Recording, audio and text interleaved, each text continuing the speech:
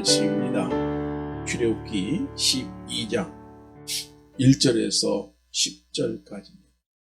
1절에서 10절까지. 다같이 말씀 받겠습니다. 여호와께서 애굽 땅에서 모세와 아론에게 일러 가라사대 이달로 너희에게 달의 시작 곧 해의 첫 달이 되게 하고 너희는 이스라엘 회중에게 고하여 이르라.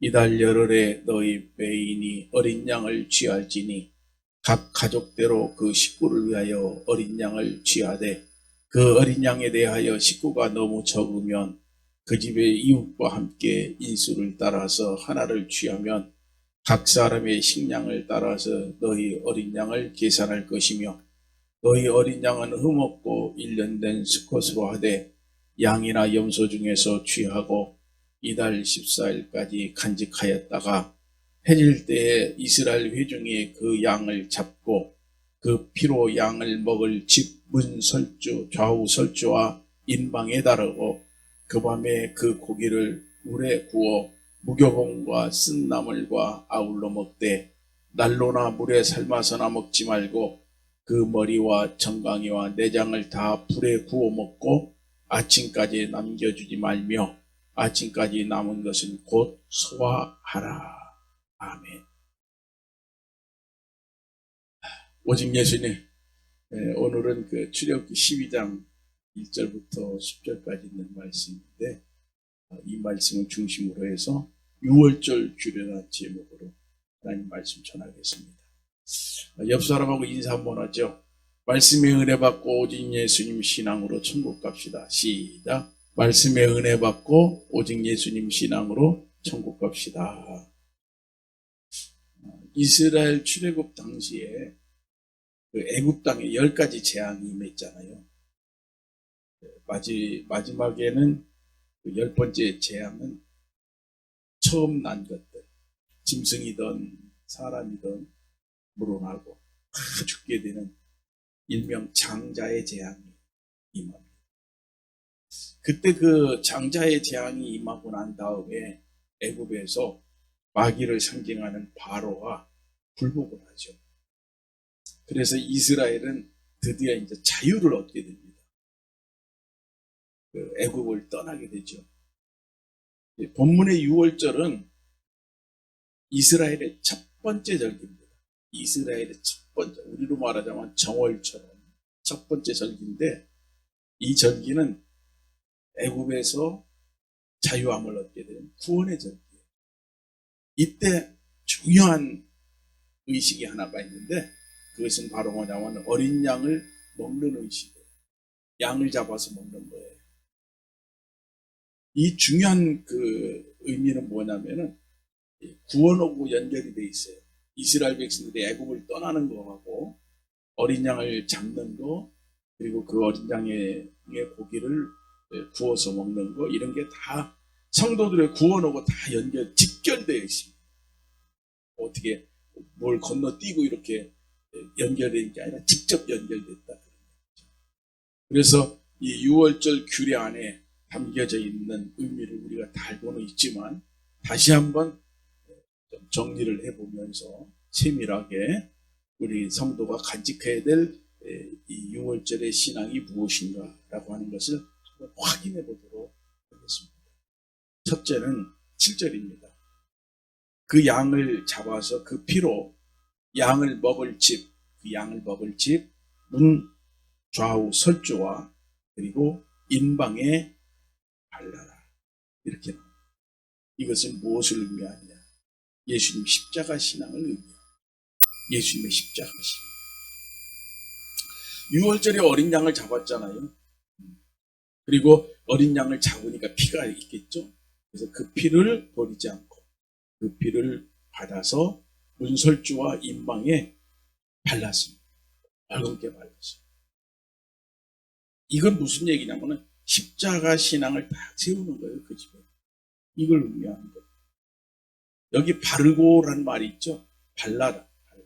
이 바르고라고 하는 말이 히브리어로 나탄이라고 해요. 나탄.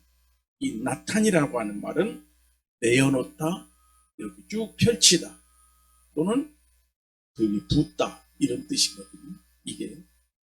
그러니까 예수님께서 십자가에서 피를 내놓는 거죠. 십자가에서는 예수님의 피가 우리를 위해서 내어진 거죠. 그리고 그 피가, 그 내어진 피가 쫙 온 세계에 펼쳐지는 거예요. 그리고 그 피가 막 부어지는 거죠. 여기저기 부어지는 거예요. 그런 의미를 가지고 있는 단어입니다. 흥건하게 어린 양을 잡아서 흥건하게 그 집에 그 피를 문설주와 인방에 바르는 일에 다 썼어요. 그러니 얼마나 그 문설주와 인방에 이 피가 흥건하게 바르졌습니다. 그래서 그냥 조금만 흔적만 나게 이렇게 뿌린 게 아니라 그냥 완벽하게, 요즘에는 페인트 칠도 이렇게 뭐라고 할까요? 붓으로 칠하는 게 아니라 이렇게 막 고압 펌프로 해가지고 세밀하게 뿌리잖아요. 그런 것처럼 예수님의 피가 그런 의미를 갖고 있어요. 성도들은 예수님의 십자가의 피로 젖어 있어요. 흥건하게 젖어 있어요. 여기 예수님의 몸이 되는 교회 안에 들어왔다는 것은 예수님의 십자가의 피에 지금 푹 젖은 거예요. 젖어버린 거예요. 철저하게 예수님 십자가이십니다. 성도들은 이 신앙이 아니면 안 돼요. 이 신앙으로 무장해야 돼요. 그래서 성경에서는 그 초대교회에 성도들의 신앙을 지도하고 이끌어가고 본이 되어지는 사람들, 주의 종들을 보면은 철저하게 십자가 신앙이 나와요. 베드로 같은 경우도 뭐라고 한 줄 아세요? 너희가 십자가에 못 박은 이 예수가 하나님이 주와 그리스도로 세우셨다. 정말로 그 험악한 그 상황 속에서 베드로가 그렇게 선포를 해요. 심지어는 바울 같은 경우는 나는 예수님의 십자가만 알고 십자가만 전하고 십자가만 자랑할 것이다. 이렇게 고린도전서 2장 2절에 말.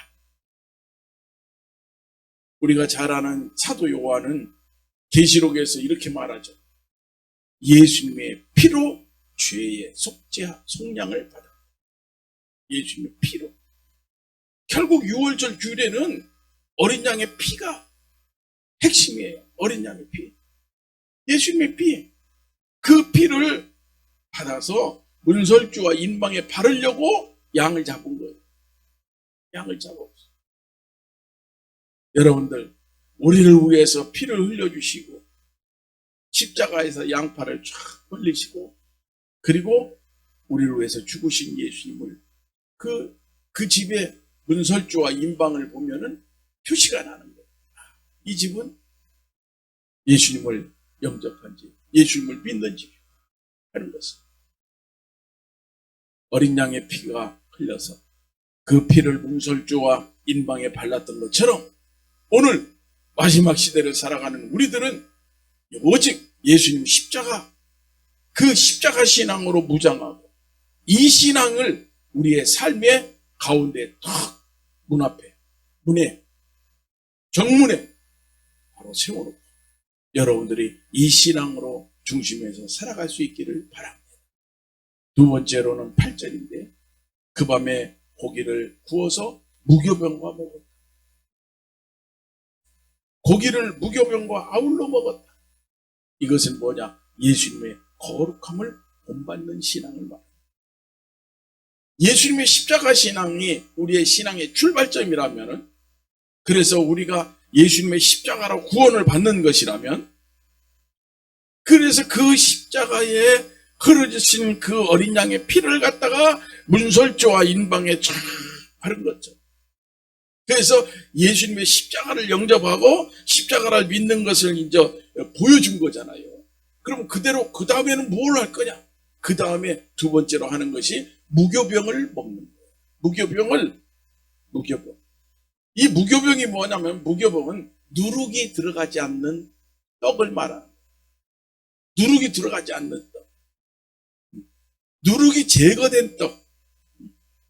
한마디로 얘기하면 거룩을 의미하는 거예요. 깨끗하고 거룩한 것. 누룩이 들어가면 부패시켜서 이렇게 부풀어 오르게 만들잖아요.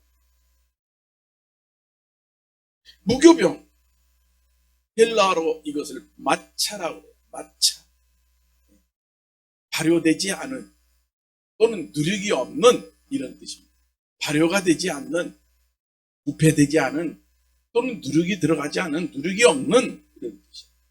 그래서 성경에서 누룩이란 말이 종종 나오는데 이 누룩이란 말이 나올 때는 반드시 무엇을 얘기를 할 때, 죄를 지적할 때 누룩을 얘기한다거나 아니면 거짓, 위선, 사기, 교만, 외식함 이런 것을 얘기할 때 누룩이란 말이 종종 나와요. 그러니 한마디로 이런 것들은 뭐냐면은 하나님 앞에서 깨끗하지 못하고 더러운 것들이다 이렇게 우리가 말할 수가 있는데, 이 더러운 것이 없는, 누룩이 하나도 없는 무교병, 온전히 거룩한 모습. 그러니까 6월절의 규례는 뭐냐? 무교병을, 무교병. 예수님 십자가 가진 성들은 어떻게 해야 되냐? 예수님의 무교병도 함께 가지고 있어요. 십자가 신앙. 그 다음에 뭐예요? 거기에 거룩함. 거룩함을 상징하는 누룩이 없는 무교병. 여러분들 성경을 보니까 구약에서는 예언으로, 신약에서는 예수님의 어떤 삶이나 말씀 가르침으로 예수님이 어떤 분인지를 설명을 해줘요. 구약 같은 경우는 이사야서 53장에 보면 예수님에 대해서 이미 예언이 되어져 있어요. 신약에 와서는 예수님이 태어나는 것부터 시작해서 잉태부터 시작해서 죽으심, 부활, 승천까지 다 예수님의 삶을 통해서 그분이 조명이 돼요. 그런데 이 예수님에 대해서 최종적으로 성경에서 말하는 데가 계시록입니다. 이 계시록을 보면 계시록 1장 첫 1장에 13절 14절에 보니까 예수님을 표현하는데 예수님이 발에 끌리는 옷을 입었다고. 발에 끌리는 옷. 발에 끌리는 옷은 뭐냐? 제사장의 의복을. 제사장의 의복이 발에 끌리는 것. 예수님의 그 모습은 머리털이 희기가 양털같이 희고 눈같이 희다. 하얀 흰눈처럼 하얀 희더라. 거룩을 의미하는. 지극히 거룩하신 분으로 예수님을 묘사를 해요. 계시록을 보면.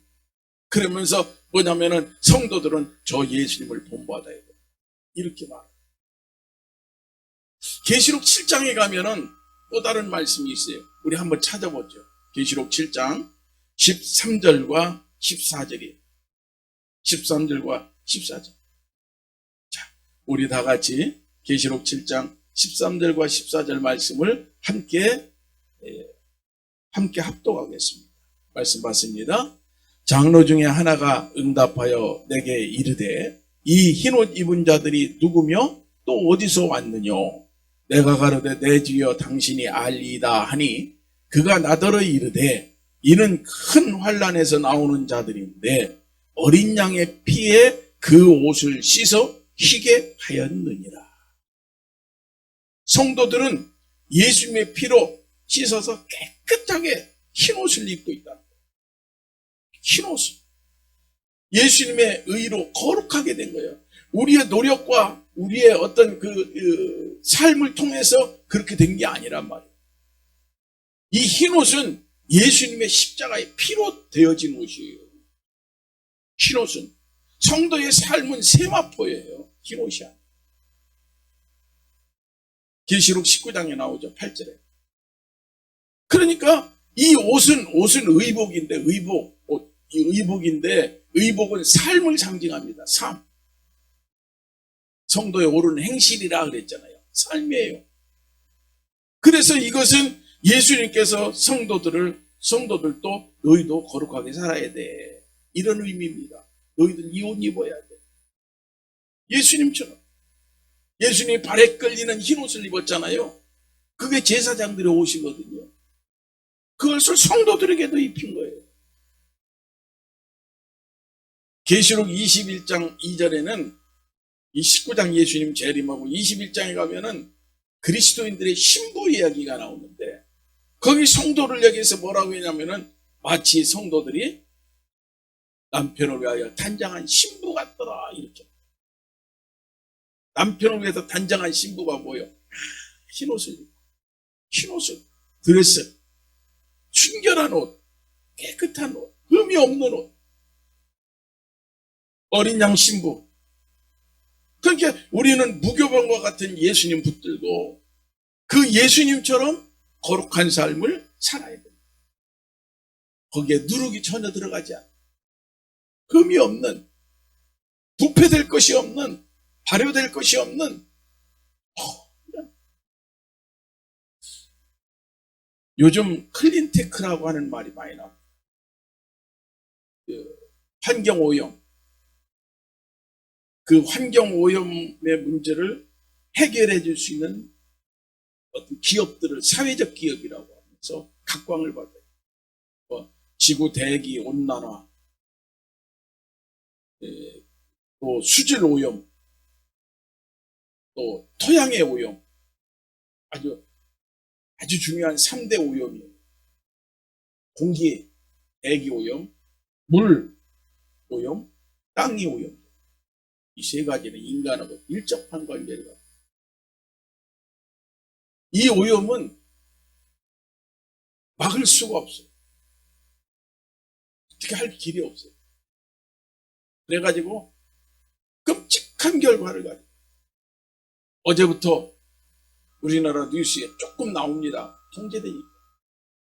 중국의 공장들에서 내뿜는 미세먼지가 최고의 나라입니다.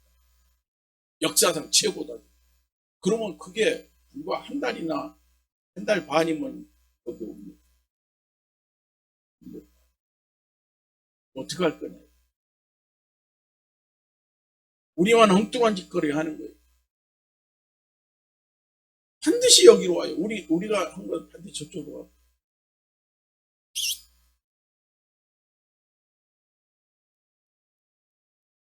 어떤 때 이렇게 뉴스에 들어가 보면은 이런 말이 나옵니다. 갑자기 내리는 엄청난 폭우. 일기예보도 안 나고. 갑자기 내리는 폭설. 사우디아라비아에 50년 만에 폭설이 내렸. 눈이 얼마나 내렸는데 자동차를 덮어요.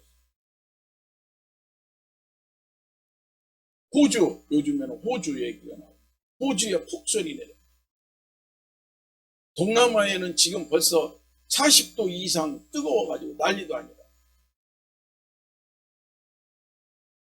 그래가지고 지금 메콩강 하류 쪽에서는 강이 말라가지고 물이 없어가지고 그 메콩강 줄기에 있는 사람들 난리다.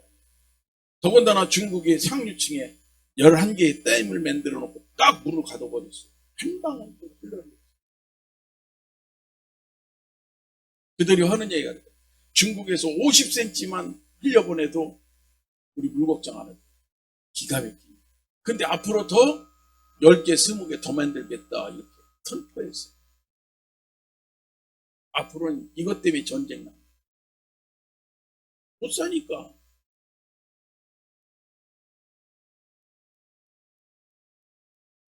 한마디로 얘기하면 지구가 전체가 지금 뭐라고 얘기해야 돼? 위험한 지경이에요. 그냥 놔둬도. 그런데도 불구하고 저 우크라이나에서는 1년 넘게 지금 하루에 몇천 발씩 몇만 발씩 폭탄이 팡팡 터지는 거예요. 누가 이기고 지구를 떠나서 그 지역에서 폭탄이 하루에 10,000발씩 터지는 거예요. 그러면 그게 오염시키는 거죠. 우리하고는 관계없다 그래요. 아이, 지구가 돌잖아요. 대기가 움직이고요. 그게 다 이쪽으로 와요.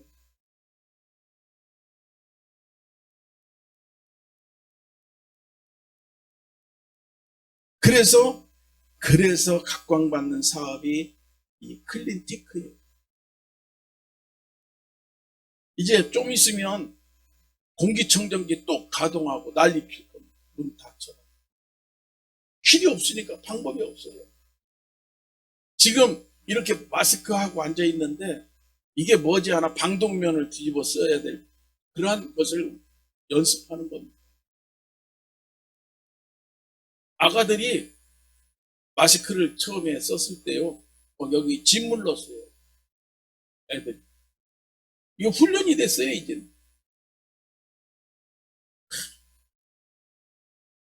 환경 오염을 그러니까 없앨 수는 없으니까 어떻게 하면 줄이느냐, 어떻게 하면 억제하느냐, 이거 연구하고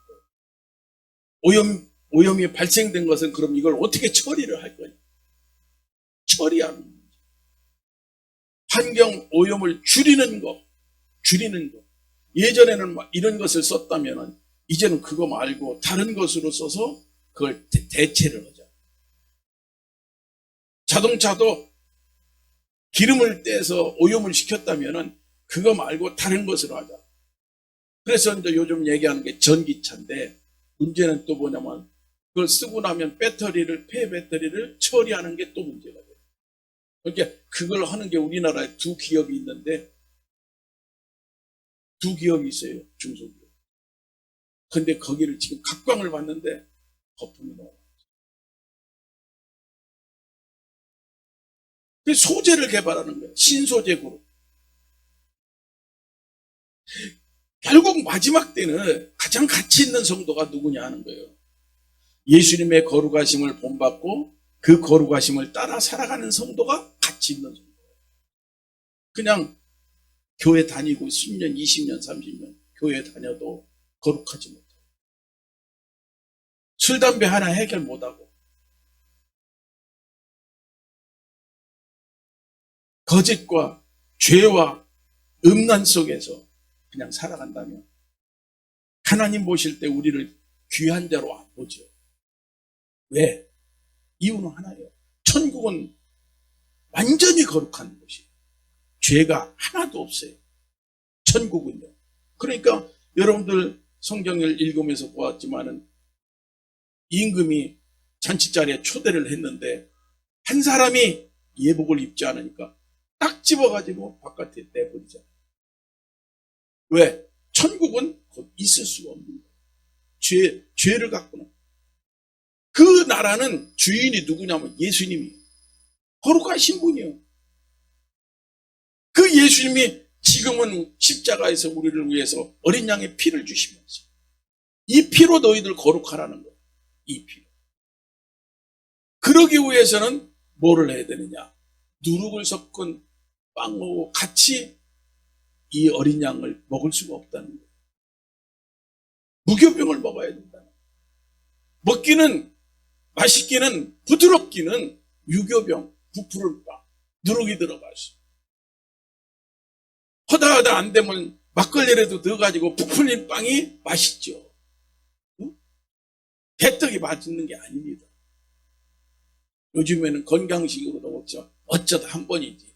그것도요, 매일 잡숴보시오. 입에서 깔깔하지. 그런데 이 무교병을 넣은 이 무교병과 더불어 그걸 먹는 거예요. 우리는 늘 무교병을 먹어요. 늘. 누룩을 먹으면 안 돼. 누룩 들어간 거 먹으면 안 돼. 누룩이 들어가서 만드는 게 다 뭐예요? 술도 있고 다 있잖아요. 발효시키는. 그 안 된다는 거예요. 이게 6월절 규례 두 번째. 세 번째가 뭐냐? 세 번째는 8절에 쓴 나물과 아울러 먹어라. 쓴 나물이 또 등장해요. 쓴 나물.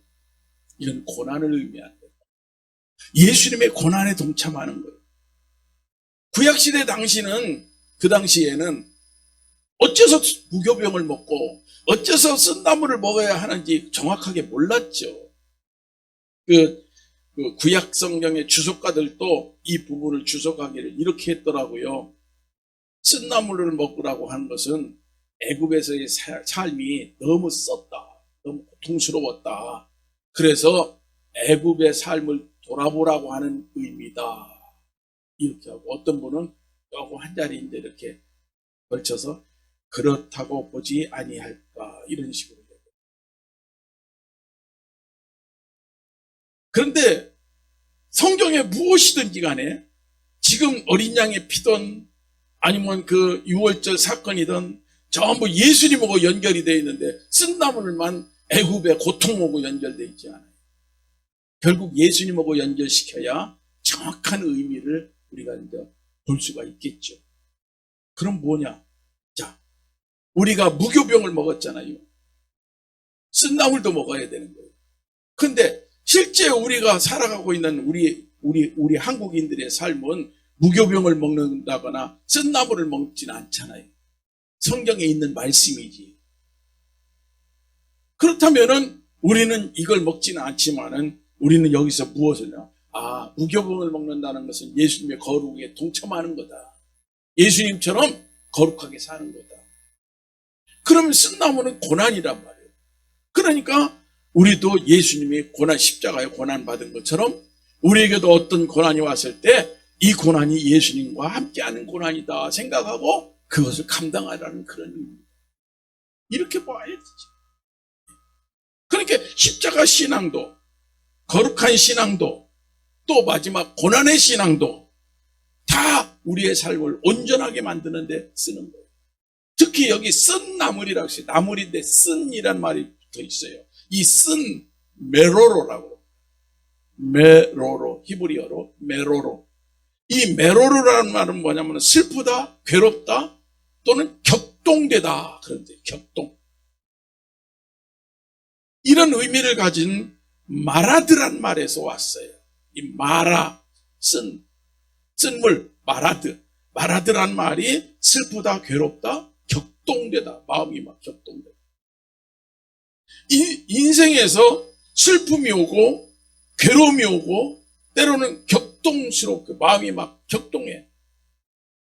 이걸 포함하고 있지만은 여기 6월절 어린 양과 연결해서 볼 때는 예수님께서 당하신 십자가의 고난이다. 십자가의 고통.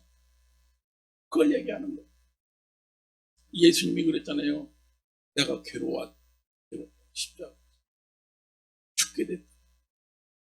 엘리 엘리 나마 사박다니. 나중에는 그러잖아요. 하나님 어찌하여 나를 버리셨습니까? 그 십자가의 고통. 그게 이 쓴나무.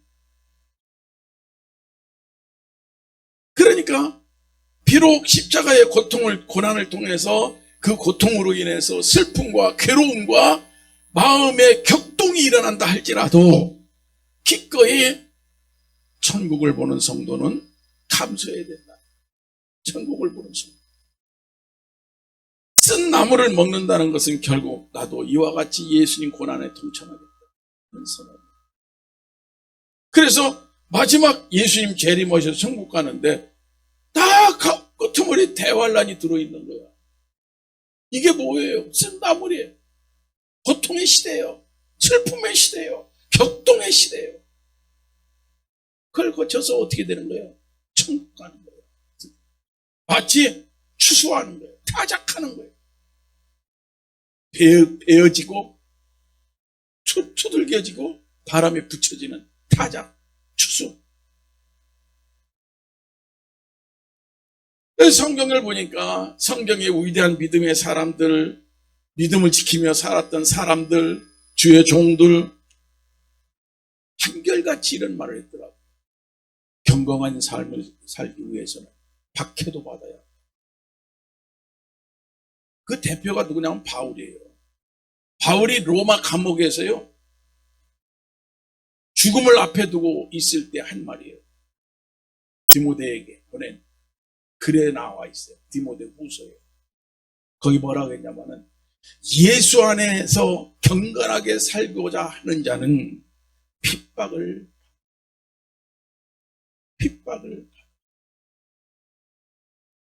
바울은 일생 동안 예수님을 위해서 산 사람이잖아요. 수많은 고난과 고통과 역경이 있었잖아요. 근데 이제 마지막 순교를 앞에 두고 있어요. 죽음을 앞에 두고 있어요. 감옥에서. 사형 언도를 받고 이제 집행을 기다리고 있는. 기가 막히잖아요. 그때 바울이 말해요. 예수 안에서 경건하게 살고자 하는 자는 박해도 받아야 돼요. 결론으로 말씀드리면 사도 요한은 자기를 뭐라고 소개한 줄 아세요? 계시록 1장 9절에 말해요. 나 요한은 예수의 환난과 예수님의 나라와 참음에 동참한 자.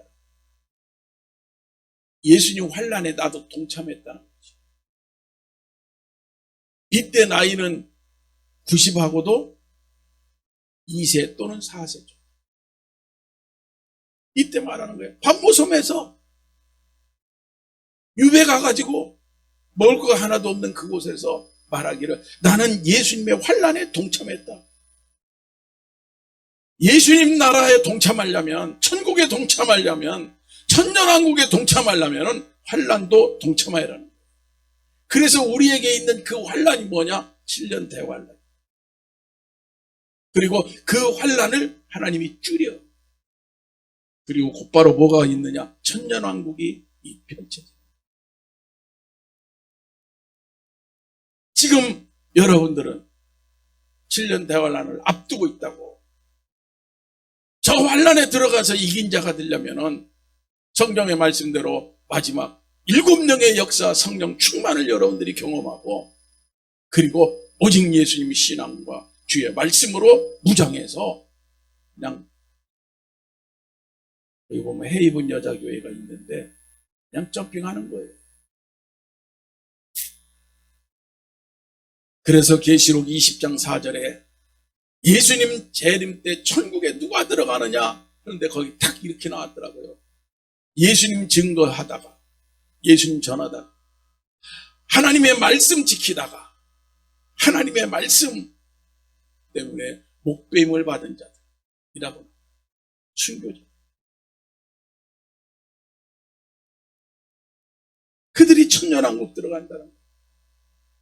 천국을 사모하며 순교라고 하는 고난의 쓴나물을 먹을 수 있는 자. 우리의 의지와 내 지식과 내 생각으로 하는 게 아니라 하나님의 은혜 가운데 그 사역을 감당하는 자들이 나올 겁니다. 사랑하는 성도 여러분, 우리는 6월절 어린 양과 같이 자기의 목숨을 내어주신 예수님 때문에 구원받은 자들이에요. 예수님 때문에. 6월절 규례를 그래서 잊으면 안 됩니다. 여기에 핵심은 간단합니다. 예수님의 십자가 신앙. 문설주와 인방의 피 때문에 살았다는 거예요. 그리고 예수님의 거룩을 본받는 뭡니까? 무교병을 먹기 때문에 너희들이 요단강을 건너가는 거예요. 그리고 가나안에 들어가는 거예요. 그리고 그 과정 속에 고난이 있단 말이에요. 홍해가 있고 마라의 쓴물이 있고 그리고 광야 40년이 있다고. 그런데 이 고난에 우리는 열외자가 아니라 그 고난에 함께 걸어가는 자들인 거예요. 여러분, 늘 이 신앙을 생각하면서 주 안에서 열외자가 아니라 주 안에서 들어가 함께하는 자, 주 안에 있는 자가 여러분들이 되기를 주의 이름으로 축원합니다. 기도합시다. 하나님, 감사하고 고맙습니다. 주의 이름으로 모여 예배하게 하시고 천국을 향해서 묵묵히 걸어가게 하시니 감사합니다. 예수님 아니고서는 이룰 수 없는 이 놀라운 구원의 은혜를 저희들 모두가 잊어버리지 않게 하시고, 하나님 이 말씀 붙잡고 마지막 시대에 이긴 자로 살게 하옵소서. 하나님의 은혜와 하나님의 돌보심과 하나님의 축복하심을 하나님 저희들이 받으며 살게 하옵소서. 예수님 이름으로 기도합니다. 아멘.